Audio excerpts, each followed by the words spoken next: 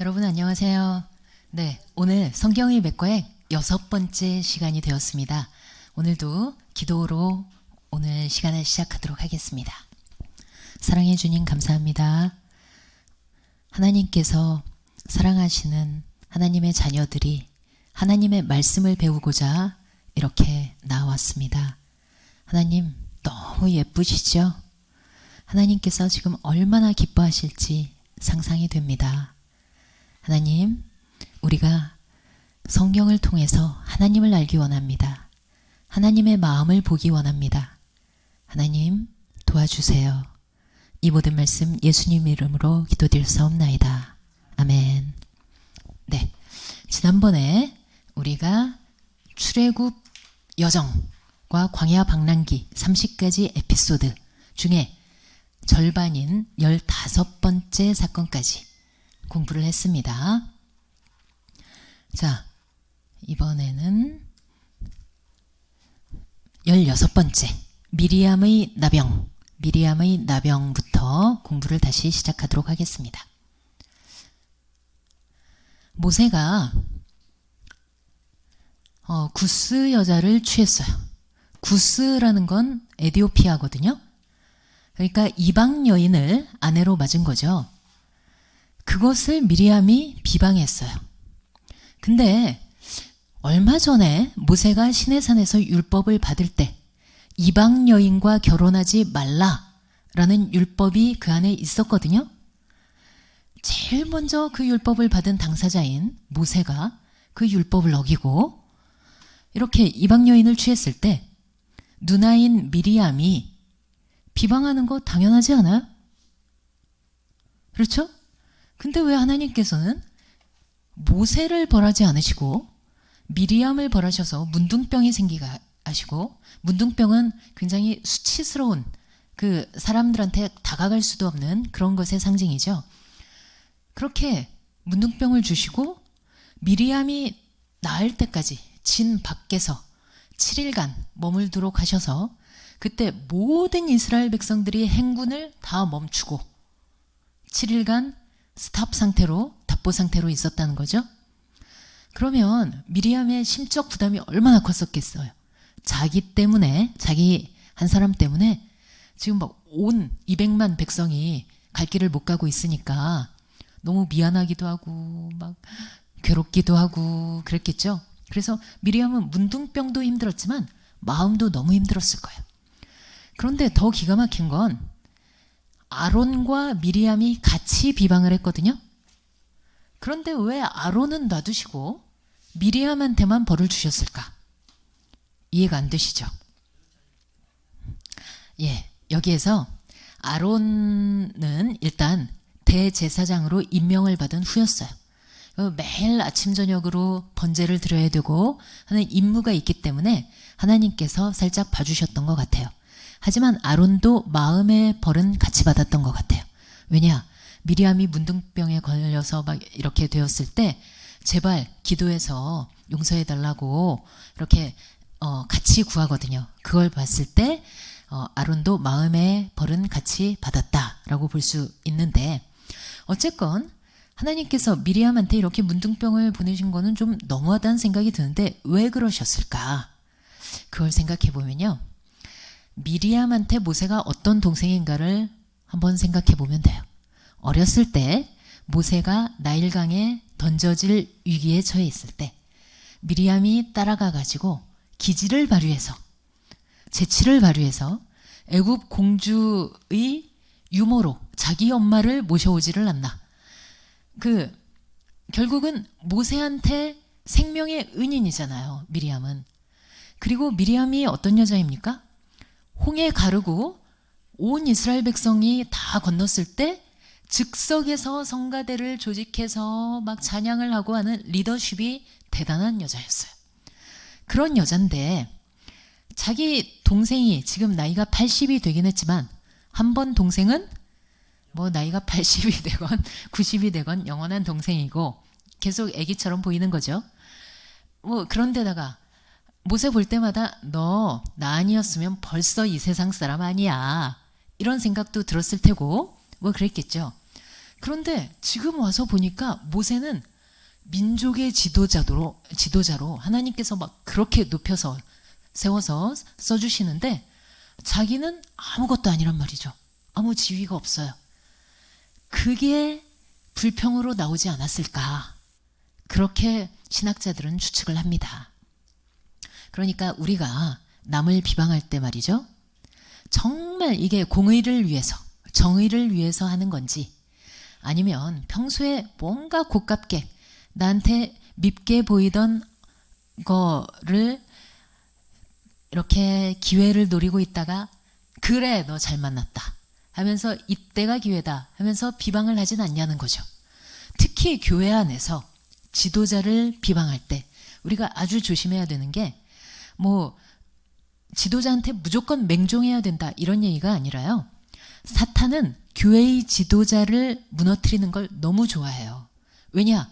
교회 지도자가 무너지면 온 교회가 다 와해되고 뿔뿔이 흩어지고 뭐 교회 갈라지고 난리 나잖아요. 그래서 좋아하거든요. 그래서 우리 마음에 있는 지도자를 향한 혹은 다른 사람을 향한 그런 뭔가 고가운 마음들, 평소에 갖고 있던 불평들 이런 거를 건수 잡았다 해가지고 이제 비판하는 경우가 많다는 거죠. 우리가 남을 비판하기에 앞서서 항상 우리 마음속 깊은 곳을 들여다봐야 돼요.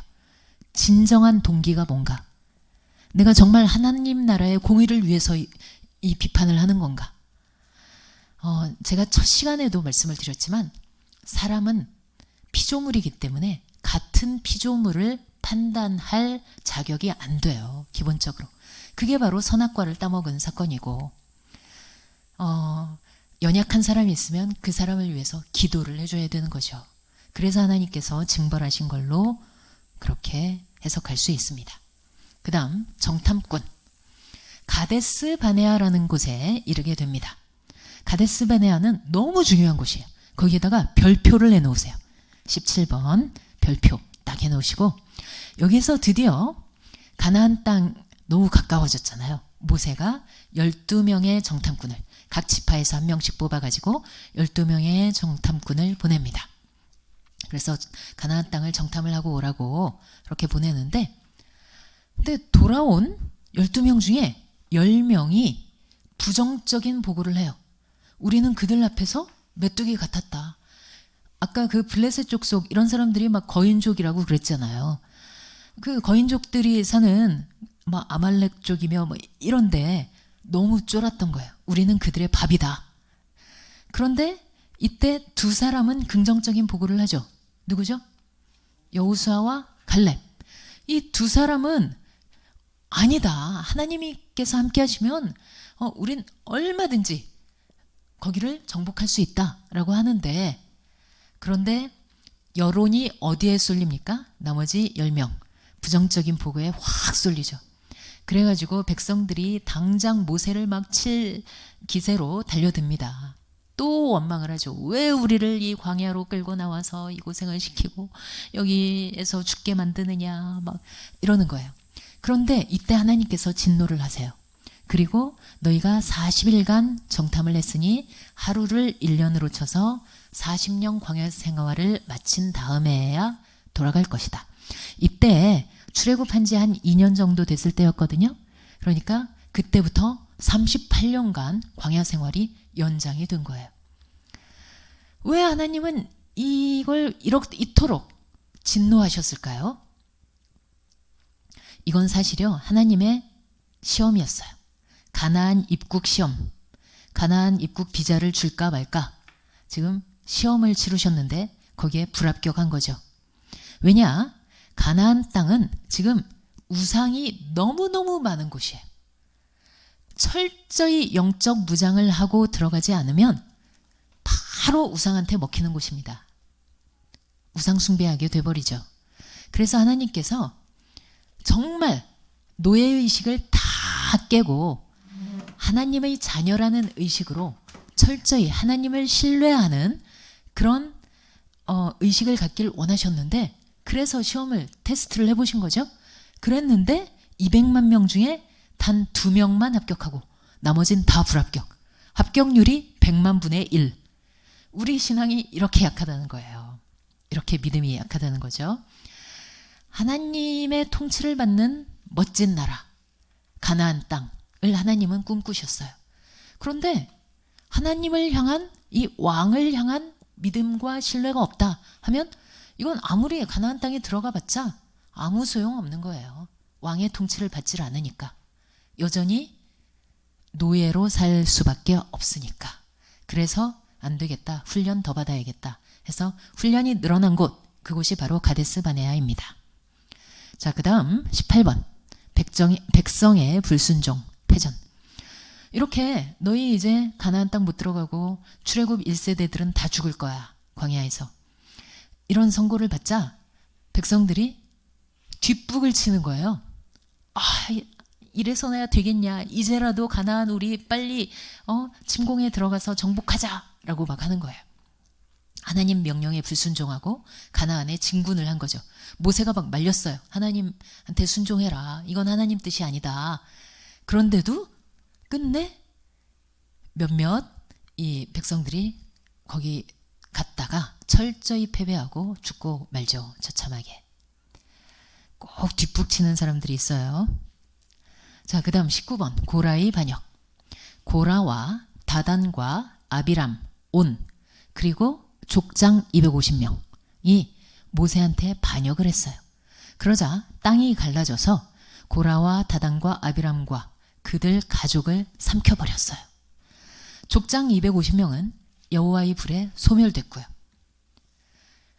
이걸 봤으면 백성들이 정말 하나님이 허락하신 권위에 순종해야겠다라고 정신을 차려야 되는데 여전히 정신을 못 차리고 이 사람들이 당신네 때문에 죽었어 라고 모세와 아론을 막 원망하는 거예요. 그 사람 수가 14,700명. 이 전염병으로 또 죽었어요. 고라가 누구냐면요, 고라는 레위의 증손이고 그리고 고핫의 손자예요. 그러다 보니까 모세와 아론의 사촌이에요. 모세와 아론의 사촌. 똑같은 레위 지파이고 그리고 굉장히 가까운 친족인데 지금 모세는 민족의 지도자로 쓰임받고 있죠. 아론은 대제사장으로 쓰임받고 있죠. 그런데 자기는 뭐냐고요? 자기는 그냥 한낱 레위인에 불과하다는 거죠. 아까 제가 지난주에 설명드렸다시피 이 사실 레위인이다, 제사장이다, 이건 하나님 앞에서 중요한 게 아니에요. 그냥 역할만 다를 뿐이죠. 그런데 이 하나님 나라의 몸이라는 유기체의 속성을 이해를 못했던 고라가 여기에 불만을 품고 반역을 했기에 하나님께서 이렇게 즉결 처분을 내리신 거였습니다. 그리고 20번 하나님께서는 각 지파 족장들에게 지팡이를 가져와서 회막, 성막 안에 증거궤가 있거든요. 법궤. 그 앞에 다 12개를 놓으라고 하세요. 이때 레위 지파의 지팡이는 아론의 지팡이였어요. 그래서 쫙 놓으라고 하셨는데 다음날 보니까 아론의 지팡이에만 싹이 나고 음이 트고 꽃이 피고 살구 열매까지 주렁주렁 맺혔다는 거죠. 다른 지팡이는 다 죽은 지팡이였지만, 그래서 이때부터 이스라엘 백성들이 정말 하나님께서 아론과 모세에게 특별히 우리 지도자로 권위를 주셨구나 라고 순종을 했을 듯 합니다.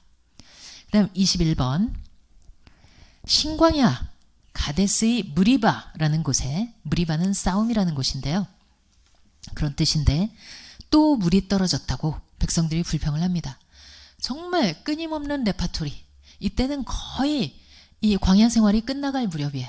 거의 광야 40년이 끝나갈 무렵인데 여전히 이스라엘 백성들은 레파토리가 하나도 변하지 않았어요. 문제가 생기면 하나님한테 기도하는 게 아니라 또다시 원망, 불평하고 있습니다. 여전히 노예의 의식을 벗지 못하고 있어요. 내 아버지가 공급자시다 라는 그런 자녀의식이 없는 거예요. 이때 모세도 너무 화가 났는지 하나님께서 반석을 쳐라 라고 하셨는데, 아니 반석을 명해라 라고 하셨는데 반석을 땅땅 2번을 칩니다. 화풀이를 한 거죠. 그래서 모세가 받은 벌이 있어요. 그토록 오매불망 그리던 가나안 땅에 못 들어가게 돼요. 자, 가나안 땅을 목전에 두고 못 들어가죠. 근데 여러분 생각해 보세요. 모세가 광야 40년 동안 얼마나 인내와 희생으로 이스라엘 백성들을 사랑으로 이끌었습니까? 이 백성들을 버리지 마시고 차라리 하나님의 생명책에서 제 이름을 제해 주십시오 하면서 기도했던 그런 사랑과 온유의 모세잖아요. 그런데 막판에 그거 화풀이 조금 했다고 가나안 땅에 못 들어가다니, 이거 좀 너무 과분한 처벌 아닌가요? 어떻게 생각하세요? 좀 과분한 것 같죠? 근데 사실은 이게 상징적인 의미가 더 강합니다. 이걸 알기 위해서 우린 로마서 7장 1절부터 6절까지 그 사도 바울의 구원에 대한 해석을 볼 필요가 있어요. 로마서 7장에 사도 바울은 어떻게 얘기를 하냐면, 어떤 여인한테 남편이 있었는데 이 남편이 너무너무 폭군인 거예요. 너무 못되게 굴어요. 그리고 막 이 아내가 조금 뭐 하나라도 실수하면은 사사건건 트집을 잡아가면서 막 호되게 야단을 치고 심지어 막 매질까지 해가면서 그렇게 아내를 학대를 합니다. 아내가 얼마나 괴로웠겠어요. 뭐 무슨 일을 할 때 행여 실수할까 벌벌벌 떨었겠죠, 늘. 그런데 어느 날 이 남편이 죽었어요. 할렐루야. 죽었어요. 그리고 나서 이 아내가 새로 결혼을 했습니다. 재혼을 했는데 이 새 남편은 어떤 사람이냐? 너무나 사랑과 은혜가 충만한 사람이에요. 그래서 아내가 뭐 실수를 하면은 자기의 돈과 시간과 노력을 다 들여서 다 해결을 해주고, 그렇게 아내를 극진히 사랑하고 괜찮아 괜찮아 하면서 용서해주고 막 이러는 거예요. 자기가 그 모든 뒷감당 다 하면서. 사도 바울은 이렇게 얘기합니다. 어떤 여자가 옛 남편이 죽기 전에 새로운 남편과 결혼을 한다면 이건 간음죄다. 그렇지만 옛 남편이 죽은 다음에 재혼을 한다면 얼마든지 이건 합법적인 거다. 옛 남편은 여기에서 율법이다. 사사건건 우리가 행여 실수하나 뭐 잘못하나 눈을 부라리면서 이렇게 감시를 하고 있는 거예요. 그런데 예수님께서, 새 남편인 예수님께서 오셔서 십자가에서 우리가 받아야 될 모든 벌을 대신 다 받으심으로, 아까 그 새 남편이 다 막 아내의 실수를 무마해 주듯이 모든 걸 몸소 다 치러주셨기 때문에 이제 우리는 사랑만 받으면 되는 거예요. 다 용서만 받으면 되는 거예요. 그거죠. 성경에서 모세는 율법을 상징해요. 율법. 율법으로는 가나안 땅에, 즉 천국에 못 들어간다라는 뜻이죠. 반면에 여호수아는 들어가죠. 여호수아는 이름부터 예수와 같아요. 그냥 발음만 살짝 다르지 원래 같은 이름이에요. 예수로만 들어갈 수 있다라는 뜻이죠. 이런 상징적인 의미가 더 강합니다. 그 다음 22번 아론의 죽음.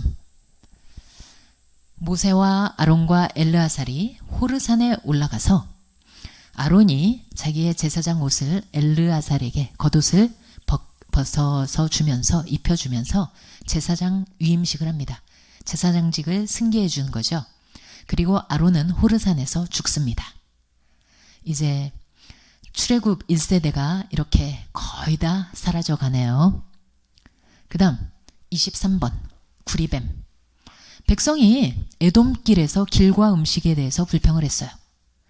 에돔, 아까 지난번에 우리 배웠던 에돔 땅 기억나세요? 아말렉 있고 에돔, 모압, 암몬 이렇게 연결이 됐었죠? 예, 그 에돔에는 킹스 하이웨이, 왕의 대로라는 넓고 편한 길이 있었어요. 거기를 좀 지나가자라고 전령을 보내서 에돔 왕한테 얘기를 했더니 에돔이 허락을 안 해주는 거예요. 그래가지고 오히려 군대를 동원해서 막 이스라엘 백성들을 저지하고 이러니까 할 수 없이 백성들이 우회로 그 좁고 힘든 길을 그렇게 통해서 가게 됐죠. 그러니까 백성들이 너무 화가 난 거죠. 그러면서 우리를 왜 애굽에서 끌고 나와서 이 광야에서 죽게 하는 거요? 하면서 그 끊임없는 레파토리 또 불평을 합니다. 그래서 하나님께서 불뱀이라는 건 광야에 사는 독사인데요. 독사를 보내셔서 백성들을 물게 하셨어요. 그래서 백성들이 막 죽어가는 거예요. 그래서 모세가 또 하나님한테 살려달라고 기도하고 하니까 하나님께서 한 가지 방안을 주시죠. 구리로 뱀을 만들어서 장대 위에 매달아라. 이것만 쳐다보면 산다. 그런데 이 구리뱀은요, 결국 예수 그리스도의 십자가를 의미하죠. 어떻게 알아요?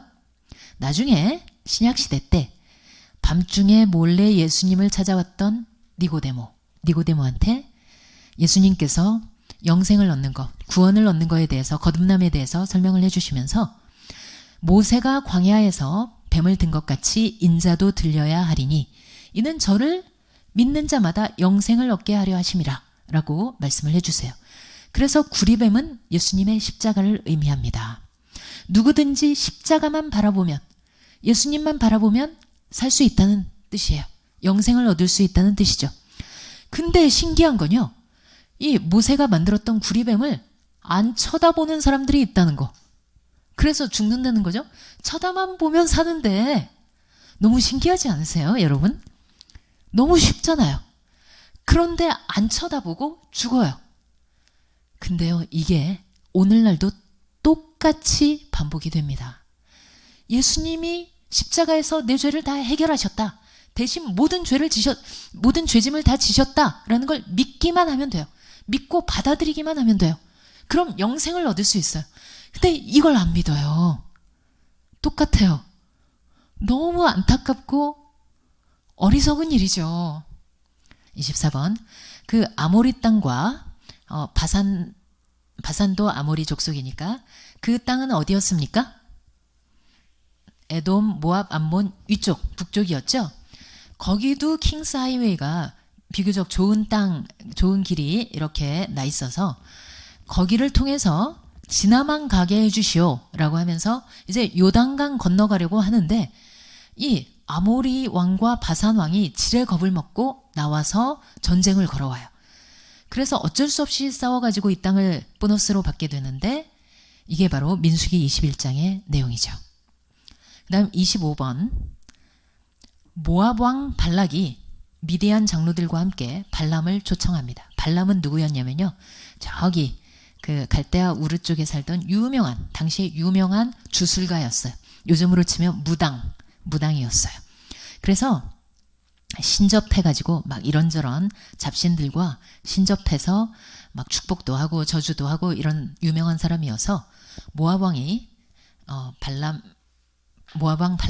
발락이 선지자라고 되어 있는데 사실은 무당이죠. 발람을 초청을 해서 이 이스라엘 백성들을 저주를 해달라고 막 뇌물을 갖다 바치면서 부탁을 합니다. 그런데 이제 발락이 그렇게 막 뇌물로 부탁을 하고 해서 발람이 저주를 하려고 하지만 딱 신접을 하려고 하는데 하나님과 주파수가 딱 맞게 된 거예요. 그래서 하나님과 교신을 하는데 다른 신하고는 안 되고요. 그러다 보니까 하나님이 너 이스라엘 백성들한테 축복해, 저주하지 마 라고 하시는 거예요. 그래도 명색이 무당인데 신접해서 그 메시지를 듣고 따라야 되잖아요. 그래서 어쩔 수 없이 부득불 이스라엘 백성을 축복을 합니다. 그런데요, 발람은 너무 억울했어요. 그 많은 뇌물들, 선물들을 놓쳤잖아요. 지금 이스라엘 백성들을 저주했으면 다 받았을 그런 선물들. 그래서 선물에 눈이 어두워 발락 왕한테 다른 방법을 가르쳐 줍니다. 그게 바로 26번. 모압 여인들과의 음행입니다. 다른 방법을 가르쳐 주는데 지금 그 저주가 안 됐으니까 모압 여인들이 그 막 음란한 제사를, 자기네 우상한테 음란한 제사를 드릴 때 그때 이스라엘 남자들을 초청해라. 초청해서 같이 그 제사도 드리게 하고 음행도 같이 하게 해라 라고 일종의 미인계를 쓰라고 알려줘요. 여기에 이스라엘 남자들이 넘어간 거예요. 넘어가서 24,000명이 징벌을 받아서 하나님한테 징벌을 받아서 연병이라면 좀 욕 같은데 여기에 전자를 붙여보세요. 전염병. 요즘 코로나 같은 그런 전염병으로 죽은 거예요. 이런 사건이 있었습니다. 26번. 그 다음 27번 2차 인구조사. 이제 드디어 가나안 입국이 초읽기에 들어갔어요. 그래서 광야 생활 그 출애굽 1세대는 다 죽고 1.5세대와 2세대만 나왔습니다. 하나님께서 출정 가능한 남자들을 다시 또 세라고 하세요. 우리는 하나님의 군사니까. 그래서 세봤더니 60만 1730명으로 처음 셌을 때보다 그 40년 전에 셌을 때보다 1820명이 감소한 거예요. 되게 인구가 늘어야 정상이잖아요. 그런데 인구가 감소했다는 건 그만큼 광야 생활, 광야 훈련이 빡세게 힘들었다라는 뜻이고, 하나님 뜻에 순종만 했더라면 정말 11일 광야길로 끝나고 인구도 많이 늘었을 텐데 불순종의 결과라는 거죠. 그 다음 28번. 모세가 아라바 광야에서 저 건너편, 요단 건너편을 바라보면서 가나안 땅을 바라보면서 출애굽 2세대들에게 3번에 걸쳐서 설교를 합니다. 이게 바로 신명기 전체의 내용이에요. 신명기는 설교문이에요. 설교문. 그래서 너희 부모 세대는 지금 다 광야에서 죽었지만 이제 정말 영적으로 제대로 무장을 하고 가나안 땅에 들어가서 우상 숭배 절대 하지 말고 하나님한테만 순종해라. 순종하면 축복이요. 불순종하면 저주다. 그게 바로 이 설교의 주제였죠. 자, 그 다음 29번. 드디어 요단강을 건넙니다. 그리고 나서 모세는 아까 느보산, 비스가산에서 죽어요. 약속의 땅을 바라보면서 죽고, 이제 남은 출애굽 1.5세대 내지 2세대들이 요단강을 건너는데 이때 하나님께서 또 기적을 베풀어 주시죠. 당시는 우기였어요. 우기. 그래서 요단강물이 엄청 강물이 불어가지고 범람하는 그런 시기였죠. 그런데 이 200만 이스라엘 백성이 다 건너려면 요단강을 하나님께서 가르시더라도 한참 동안 막고 계셔야 되죠. 그렇게 해서 언약궤를 맨 제사장들이 요단강에 발을 담그자마자 요단강이 멈췄고 백성들이 건너서 길갈이라는 곳으로 가게 됩니다. 그래서 거기에서 할례를 시행하게 되는데, 왜 하나님께서는 이 요단강의 기적을 일으키셨을까? 40년 전에 애굽을 탈출해서 홍해가 갈라지는 역사를 이들은 아주 어릴 때 봤거나 못 봤거나 한 세대들이에요. 그러다 보니까 전능하신 하나님, 이런 능력의 하나님을 다시 한번 하나님께서 보여주실 필요가 있었어요. 이런 초자연적인 기적을 통해서 하나님의 전능하심과 세밀한 인도하심, 이런 것들을 각인을 시켜주셔서 가나안 땅에 들어가서 헛된 우상 숨기지 말고 나만 신뢰해 라는 그런 교육을 시키셨던 거죠. 그래서 딱 건너가자마자 길갈이라는 그런 곳에 이르게 되는데 거기에서 할례를 하라는 거예요. 세상에, 이게 말이 됩니까? 지금 적진 한가운데 들어와 있어요. 그런데 모든 남자들이 할례를 받고 아파서 누워 있는 거예요. 그냥 이건 자멸의 길 아니에요? 그런데 어차피 이것은 힘으로, 군사력으로 이길 수 있는 그런 정복전쟁이 아니에요. 하나님만 의지해서 이길 수 있는 전쟁이에요. 이게 바로 영적 전쟁이죠. 그렇기 때문에 하나님의 전략, 하나님께서 하라고 하시는 명령대로 따르는 게 최고의 전략이자 작전입니다. 그리고 드디어 여리고성을 함락합니다. 백성들이 6일간 매일 여리고성을 한 바퀴씩 돌죠. 그리고 제7일째에는 7바퀴를 돌아요. 전체에 몇 바퀴 돌았어요? 13바퀴를 돌았어요. 그리고 계속 침묵하면서 돌다가 마지막에 나팔소리와 함성, 와 하면서 함성을 지를 때 여리고성이 무너졌는데, 여리고성이 바깥으로 무너지면 이스라엘 백성들이 다 다쳤겠죠? 다 죽었을 거예요. 그런데 신기하게도 안으로 무너졌어요. 그래서 그 성 안에 살던 사람들이 다 죽고 단 한 가족 기생 라합의 집만 건재하게 남았습니다. 이게 바로 여호수아 6장의 내용입니다. 이렇게 해서 출애굽과 광야 방랑기 에피소드 30까지 공부를 다 마쳤습니다. 그런데 여기서 중요한 건요. 여러분 워크북 27쪽으로 가주세요. 두고두고 회자되는 출애굽 이야기. 지금 시간이 없어서 뭐 이 성경 구절을 다 읽을 수는 없지만 여러분 빨간색으로 표시된 것만 한번 보세요. 하나님께서 이후로 자기소개를 하실 때 뭐라고 스스로 소개하시냐면 나는 너희를 애굽 땅 종되었던 집에서 인도하여 낸 너희의 하나님이다 라고 말씀을 해주세요. 이게 바로 하나님의 정체성이에요. 하나님의 자기소개. 이게 출애굽기에만 나오는 게 아니라요. 레위기, 민수기, 신명기 그리고 그 다음 페이지 그 아래쪽이죠.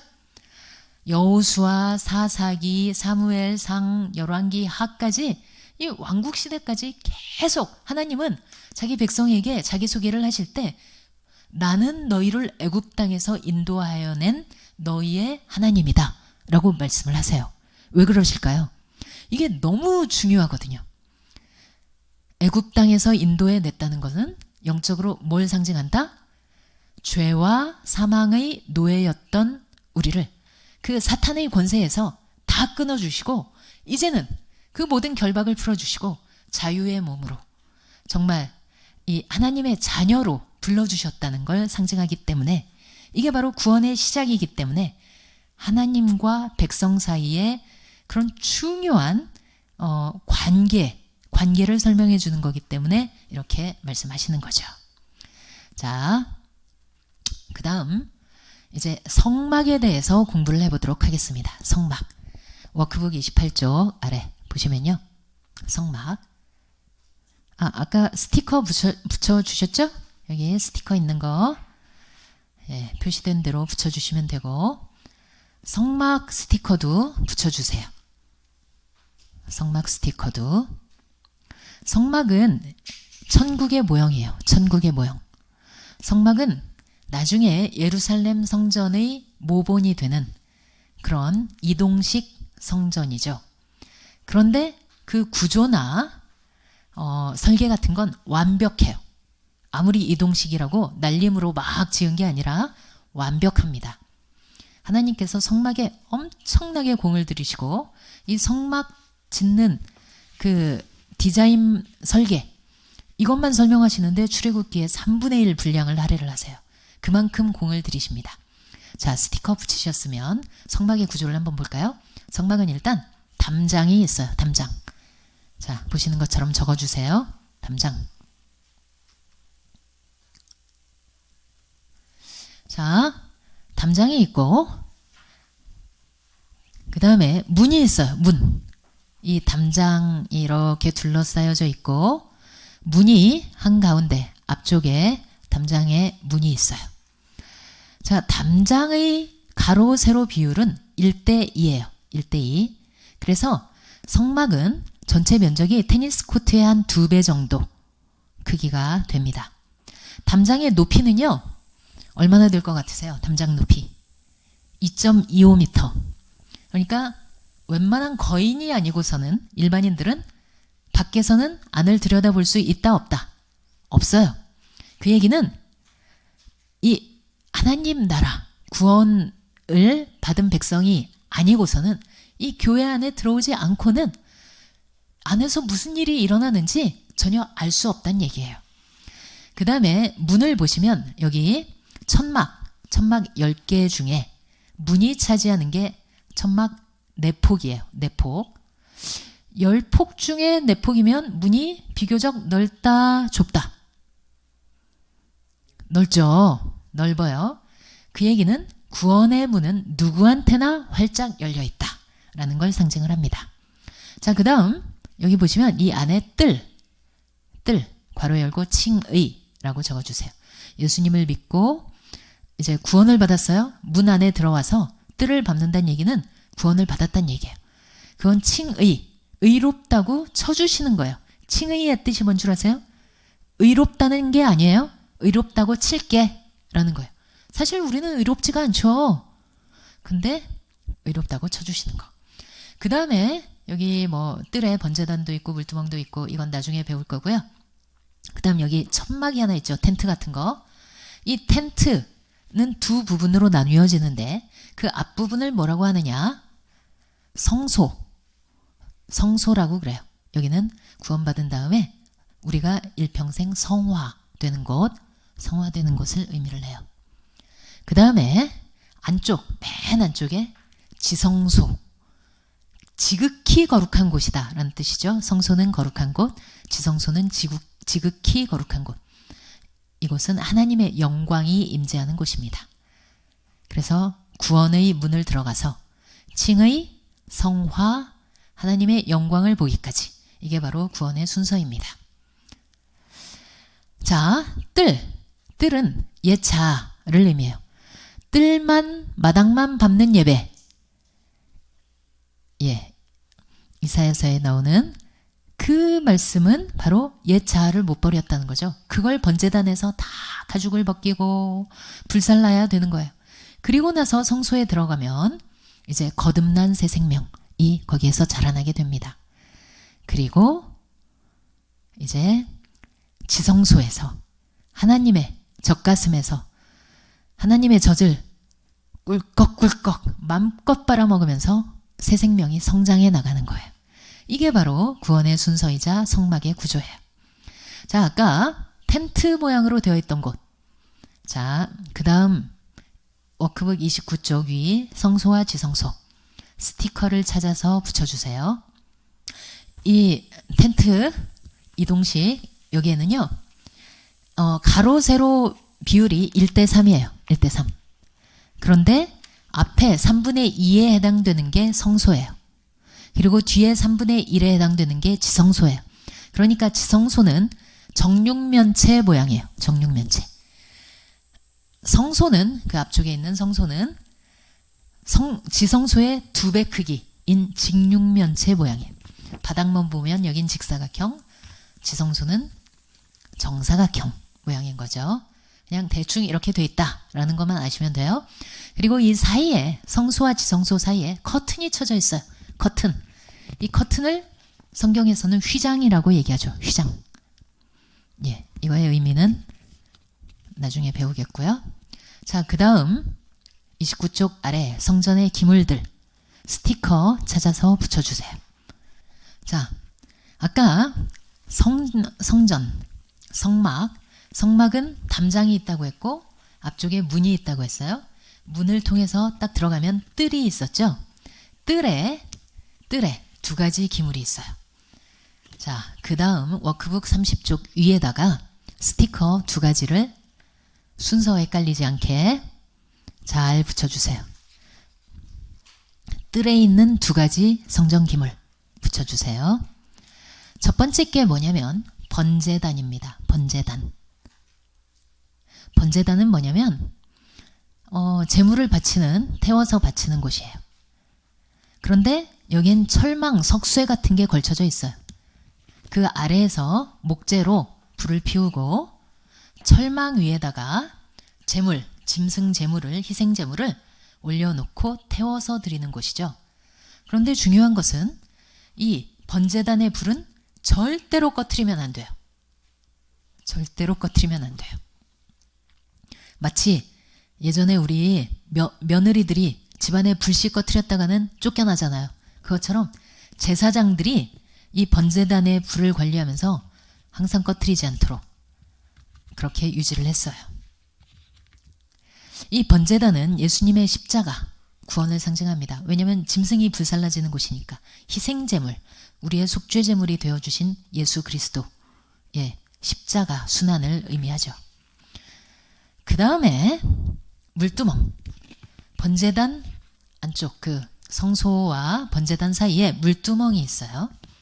물두멍에는 늘 물이 담겨져 있었는데 여기는 제사장들이 번제단에서 제사를 드린 다음에 물두멍에서 몸을 씻고 그 다음에 텐트 안, 성소 안으로 들어가는 그런 역할을 하는 곳입니다. 자, 아까 구원을 받았다고 그랬죠?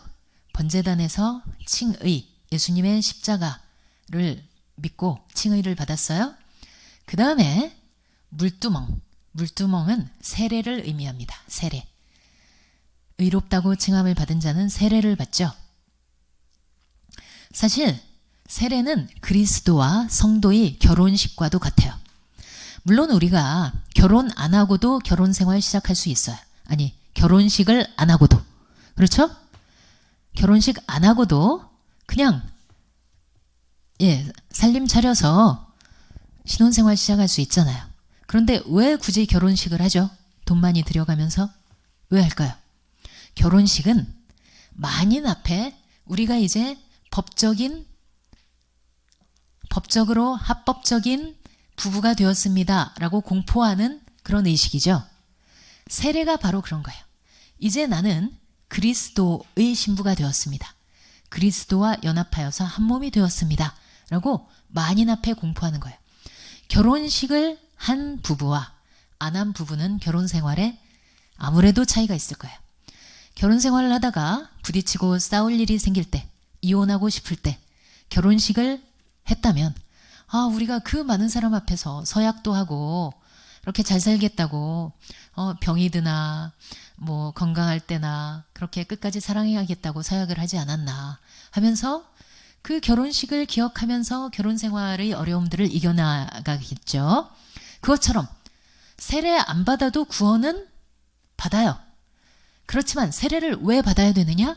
만인 앞에서 그리스도와의 결혼식을 치름으로써 신앙생활을 하면서 뭐 많은 고난을 당하더라도 포기하지 않고 끝까지 가는 거죠. 그런 의미가 있습니다. 자, 이건 보충 자료예요. 보석줍기. 짐승이 우리 죗값을 대신 치를 수 있는가? 번제단에다가 이런 소나 양이나 염소, 비둘기 같은 그런 제물들을 태워드립니다. 번제로 드리죠. 그런데 구약의 율법은요, 동해보복법이에요. 그게 무슨 얘기냐면 이에는 이, 눈에는 눈. 내가 남의 이를 상하게 했으면 내 이를 뽑아야 되는 거예요. 그런데 짐승이 우리 죗값을 대신 치를 수 있을까요? 우리 목숨값을? 그 얘기는 짐승의 목숨값이 사람 목숨값과 가치가 같다는 얘긴데 그게 가능할까요? 아니죠. 그럴 수 없어요. 그런데 이건 뭘 상징하느냐? 짐승은요, 짐승 자체가 우리 죗값을 사해줄 수 있는 게 절대 아니에요. 짐승은, 희생 짐승은 예수 그리스도를 상징합니다. 그냥 앞으로 오실 예수님을 가시적으로 보여주는 그런 상징물에 불과했다는 거죠. 예수 그리스도는 우리의 죗값을 치를 수 있다 없다? 치르고도 한참 남는다. 왜냐? 예수님은 창조주시니까. 창조주의 몸값과 피조물의 몸값은 비교가 안 되니까. 그런 뜻이죠. 자, 그 다음 성소로 들어갔습니다. 워크북 30쪽 아래 성소, 스티커 3가지를 나란히 붙여주시는데 스티커가 5쪽에도 있고 8쪽에도 있어요.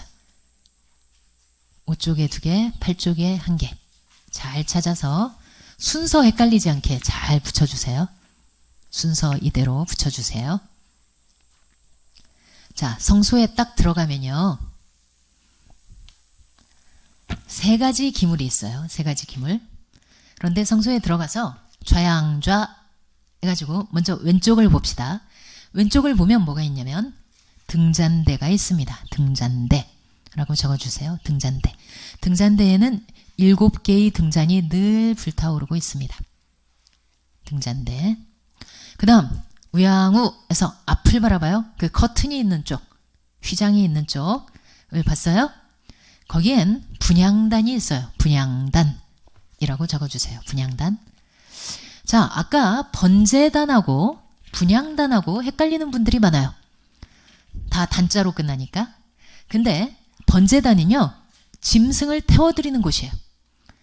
분향단은 성소 안에 있는 것으로서 짐승을 여기에 가지고 들어오지 못해요. 짐승의 피는 1년에 한 번씩 가지고 들어와서 뭐 속죄일날 이렇게 속죄를 하지만 짐승은 못 갖고 들어오는 곳이에요. 분향단은 뭐냐? 향을 피워 올리는 곳이에요. 향자가 들어있잖아요. 여러분들 장례식장 가면은 향을 피우죠?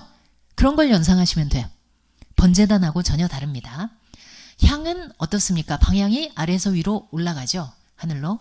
그래서 분향단의 향은 성도가 올려드리는 기도, 찬양, 경배 이런 걸 의미합니다. 뭐 적으실 필요는 없어요. 나중에 자세히 공부합니다. 그 다음 다시 우양우를 하니까 오른쪽에 진설병대, 다른 말로 떡상이 있어요. 떡상.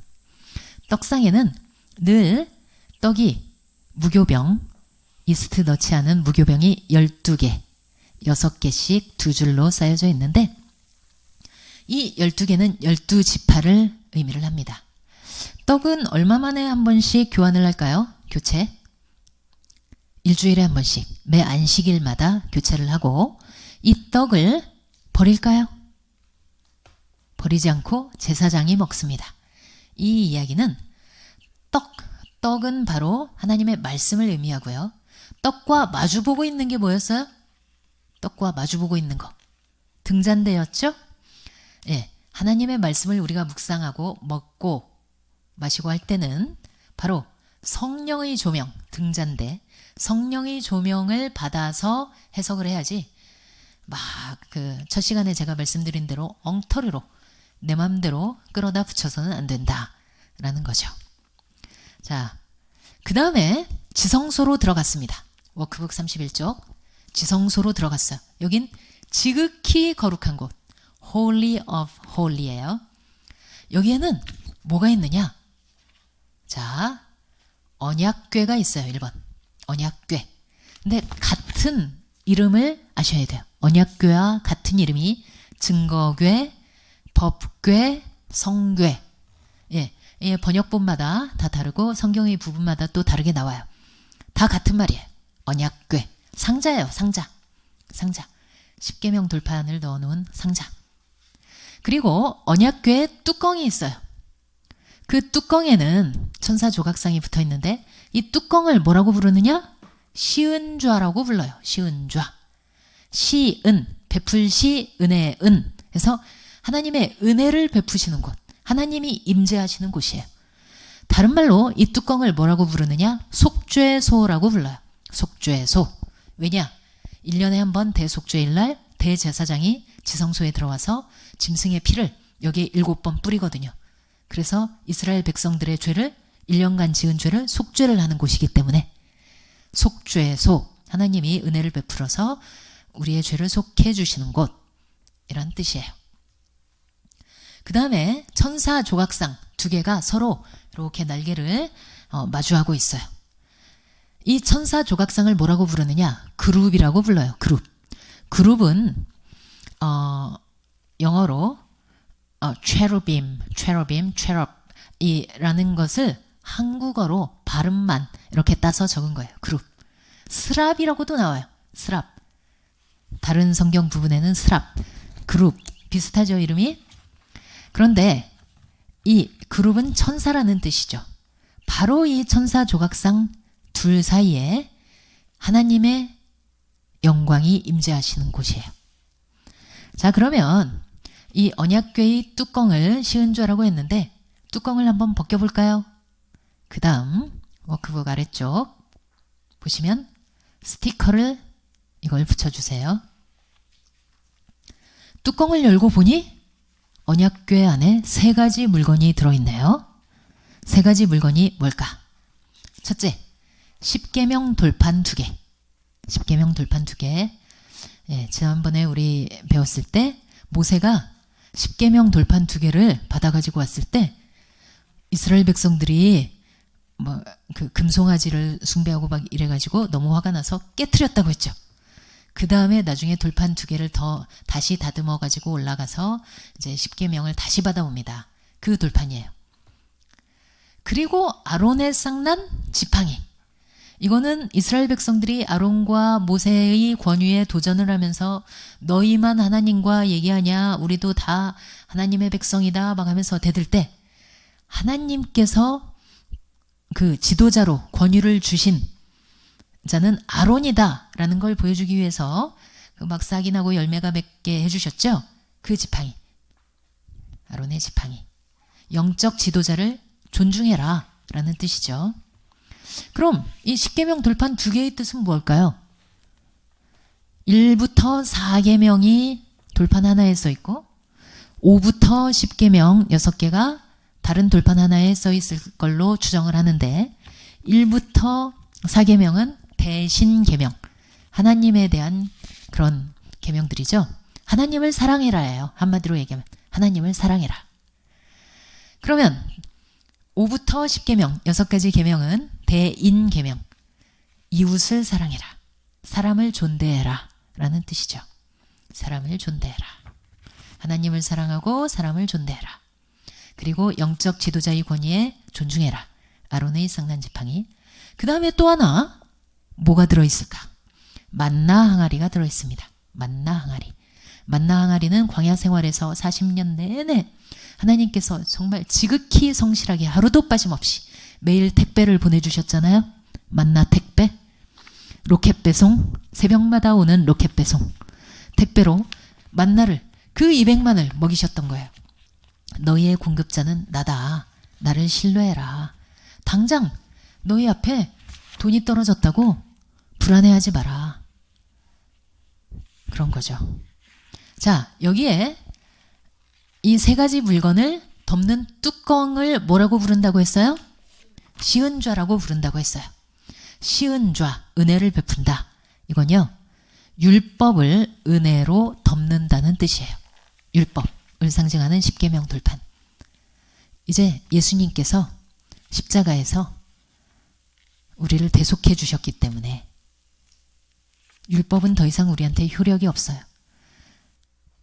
예, 제가 앞서 말씀드렸다시피 사도 바울의 그런 비유처럼 옛 남편인 율법은 우리한테 더 이상 이래라 저래라 잔소리를 할 수가 없는 거예요.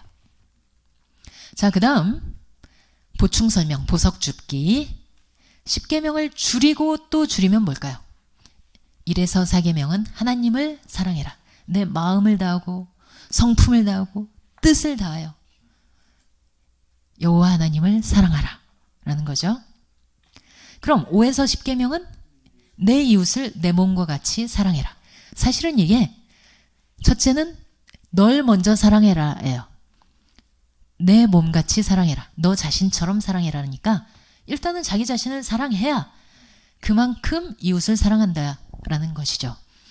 뭐 자기 자신 사랑하는 게 어려워? 세상에 이기적인 인간이 얼마나 많은데 그렇게 이기적으로 군다는 게 자기를 사랑한다는 걸까요? 아니에요. 그건 자기를 학대하지 말란 얘기예요. 난 여전히 죄의 노예야.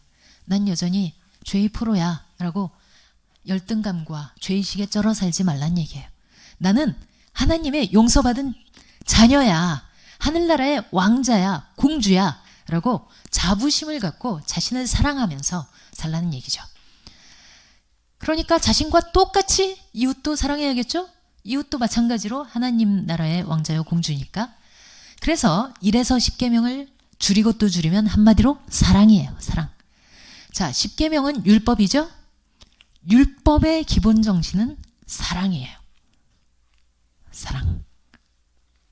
자, 오늘 이제 거의 시간이 다 돼가는데 워크북 131쪽을 펴주세요. 131쪽 워크북을 쫙 펴야 그 안쪽에 페이지가 표시가 되어 있어요. 131쪽 쫙 펼치셔야 페이지 번호가 보입니다. 131쪽을 보시면 이런 그림이 나와 있죠. 성전 기물의 유치. 그 다음에 스티커도 한참 뛰어넘어서 19쪽을 찾아주세요. 거기에 그림, 성전 기물 6개 그림을 지금부터 저와 함께 따라서 붙여주시는데 다 찾으셨나요? 예, 동영상 잠깐 멈추시고 워크북과 스티커를 찾아주세요. 자, 스티커 중에 성전에 딱 들어가면 제일 먼저 보이는 게 뭐였어요? 번제단. 번제단을 여기다 붙여주세요. 번제단. 번제단을 붙여주시고,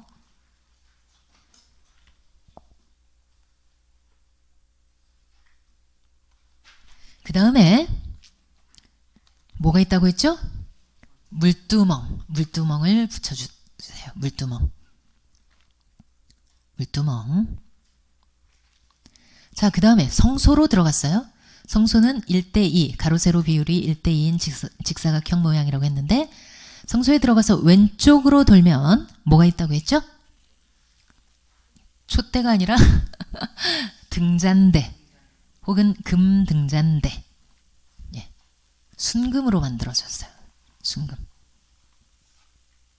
순금 1달란트, 금 34kg, 시가 2억 원. 자, 그 다음에 앞쪽에 뭐가 있다고 그랬죠? 분향단이 있어요. 분향단. 그 다음 오른쪽에 뭐가 있다고 했죠? 떡상, 진설병대가 있습니다. 그리고 이 성소와 지성소 사이에 커튼, 휘장이 쳐져 있는데, 그 휘장 안으로 들어가면 뭐가 있다? 언약궤가 있다라는 거죠. 다 붙이셨죠? 이런 위치만 파악을 하셔도 성경을 읽을 때 굉장히 도움이 되지만, 우리는 위치만 알고 있어서는 안 되겠죠. 의미를 알아야 돼요. 의미. 자, 워크북 32쪽으로 돌아와 주세요. 워크북 32쪽. 스티커 7쪽에 있는 이걸 붙여주세요. 큰 그림이죠. 아까 우리가 배웠던 성전의 기물들 6가지가 알고 보니 십자가 모양이네요. 너무 놀랍죠? 십자가 모양이에요. 배치를 해놓고 보니. 자, 성전 기물은 누구를 상징하는가? 예수 그리스도를 상징합니다. 예수 그리스도. 우선 번제단은 우리 대신 희생제물이 되어 돌아가신 예수 그리스도를 상징을 해요. 희생제물이신 예수 그리스도. 그 다음 물두멍은 세례를 의미한다고 그랬죠? 세례는 뭐예요? 예수님과 함께 죽고 예수님과 함께 부활하는 걸 의미하죠. 옛 자, 나의 옛 생명은 죽고 새 생명으로 거듭나는 걸 상징을 해요. 예수님과의 결혼식, 그게 바로 세례, 자기 부인을 상징하죠. 그 다음에 성소로 들어갔어요. 왼쪽에 뭐가 있어요? 등잔대. 등잔대는 세상의 빛이신 예수님, 세상의 빛. 그 다음 앞쪽엔 뭐가 있죠? 분향단. 분향단은 막 올라가는 거라고 그랬죠? 올라가는 게 성도의 찬양과 기도라고 했죠? 그래서 우리의 중보기도자이신 예수님, 지금도 하나님 우편에서 우리를 위해서 빌고 계신, 기도해 주시는 예수님을 상징을 합니다. 자, 그 다음에 오른쪽에 뭐가 있었죠? 진설병대, 떡상이 있었어요. 그건 생명의 양식이신 예수님.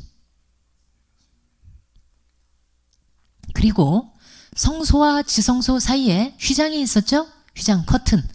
그 커튼이 예수님이 십자가에서 돌아가실 때 찢어졌어요. 근데 커튼 두께가 몇 센치인지 아세요? 얼마나 두꺼운지? 한 4, 5cm가 돼요. 4, 5cm. 커튼 두께가. 얼마나 무겁고 두꺼웠겠어요. 그런데 이걸 사람이 찢는다면 한참 높으니까, 이게 높이가 아주 높으니까 아래에서부터 칼로 힘들게 찢어도 찢기가 무지 어렵겠죠. 너무 두꺼우니까. 그런데 예수님께서 십자가에 돌아가시는 그 순간 이 휘장이 위에서 아래로 찢어졌어요. 이건 사람이 찢은 게 아니다 라는 거죠. 뭘 상징하느냐? 예수님의 십자가, 예수님의 몸이 찢어짐으로 말미암아 우린 이제 자유롭게 하나님께 들어갈 수 있는 거예요. 옛날에는 지성소에 들어가기가 너무 힘들었어요.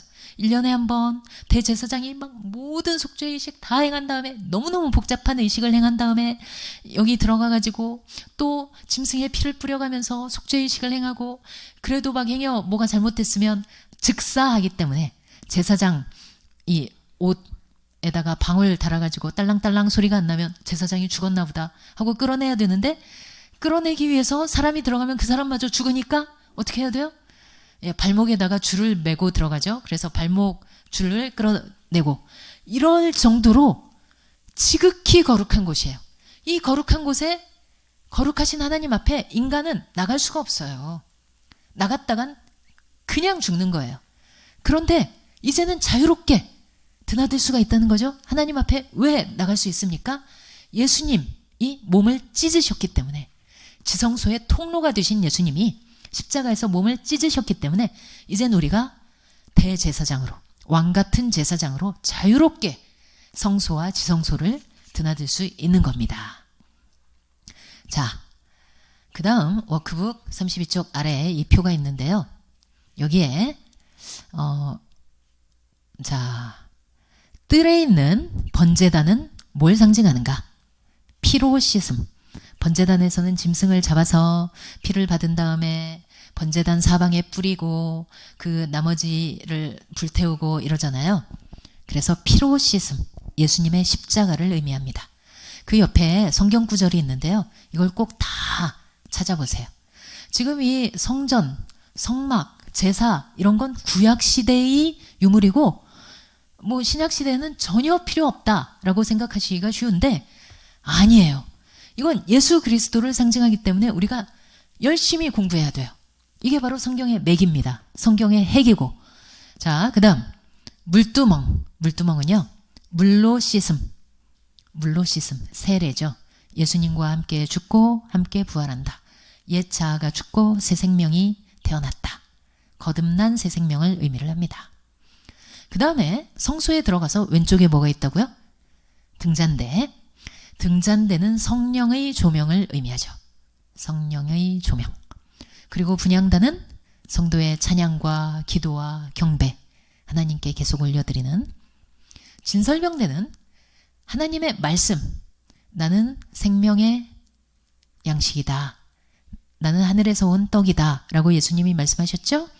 하나님의 말씀 되신 예수 그리스도. 이건 원래 제사장만 먹는다고 그랬어요. 그런데 우리는 이제 다 왕같은 제사장이에요. 신분이 급상승했어요, 우리는. 그래서 하나님의 말씀을 직접 먹을 수 있습니다.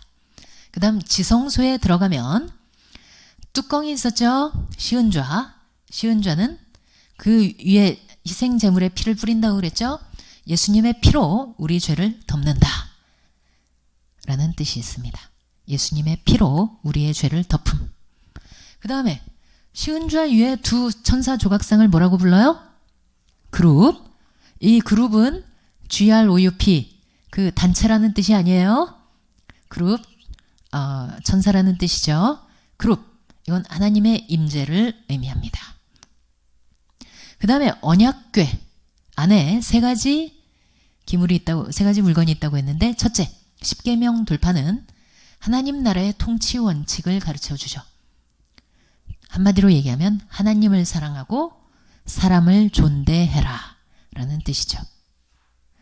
사람은요, 왜 존대해야 할까요? 맞아요. 하나님의 형상을 갖고 있기 때문이에요. 우리 인간의 눈으로 볼 때는 어떤 사람은 태어날 때부터 데이빗 베컴처럼 황금발을 갖고 태어나요. 몸값이 아주 높죠. 그런가 하면 어떤 사람은 중증 장애를 안고 태어나요. 경제적인 가치로 따지면 이 사람은 오히려 돈을 쏟아 부어야 하는 마이너스의 가치가 있는 사람이죠. 그럼에도 불구하고 우리가 장애인을 왜 존중해야 되죠? 하나님의 형상을 갖고 있기 때문이에요. 하나님의 그 거룩한 형상으로 만들어졌기 때문에 우린 사람을 다 존대해야 하는 거예요. 그 세상적인 가치로, 몸값으로 그렇게 따져서는 안 되는 거죠. 저 길거리의 노숙자라 하더라도, 아니면은 그 요즘 TV에 뉴스에 막 계속 나오는 그 극악무도한 사람들, 온 국민의 지탄을 받고 있는 공공의적, 그런 정치인, 이런 사람들도 존대해야 할까요? 물론 존대해야 해요. 왜냐? 하나님의 형상을 갖고 있으니까. 자, 그 다음 아론의 지팡이는 영적 권위를 존중해라. 라는 의미가 있고요. 만나 항아리는 하나님의 공급하심을 의미하죠. 40년 동안 하루도 빠짐없이 성실하게 먹이시는 하나님을 의지하고 땅에 재물 쌓아두지 마. 하늘에 쌓아둬. 그게 가장 확실한 투자야. 라는 그런 뜻이죠.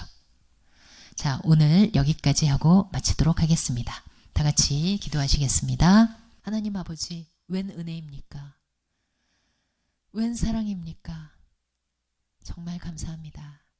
하나님, 앞으로 우리가 성경을 읽으면서 출애굽 여정을 읽을 때, 그리고 성막의 구조를 읽을 때 이러한 하나님의 뜻을 반드시 마음에 새기며 하나님의 사랑과 예수 그리스도의 희생을 기억하게 하여 주시옵소서.